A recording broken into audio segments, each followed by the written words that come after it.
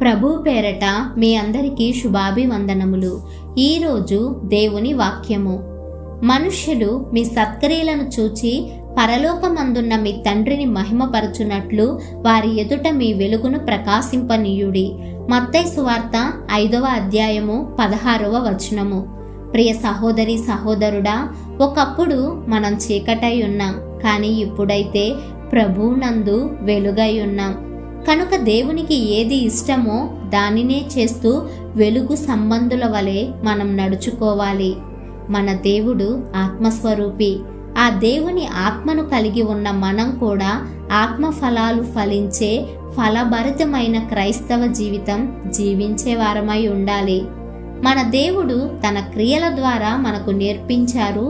శత్రువులను ప్రేమించాలి, ద్వేషించే వారికి మేలు చేయాలి, శపించే వారిని దీవించాలి, బాధించే వారి కొరకు ప్రార్థన చేయాలి అని.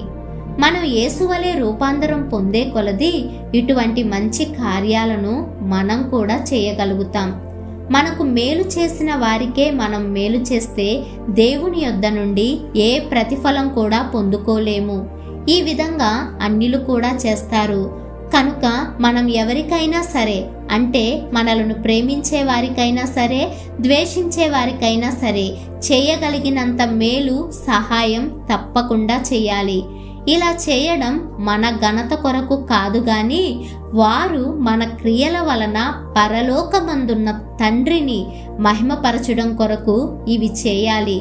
కావున ఇటువంటి జీవితం మనందరం కలిగి ఉండులాగున దేవునికి ప్రార్థిద్దాం. ప్రార్థన. మహాపరిశుద్ధుడవైన మా ప్రియ పరలోకపు తండ్రి, మీ ప్రశస్తమైన నామాన్ని బట్టి మీకు నిండు వందనాలయ్యా.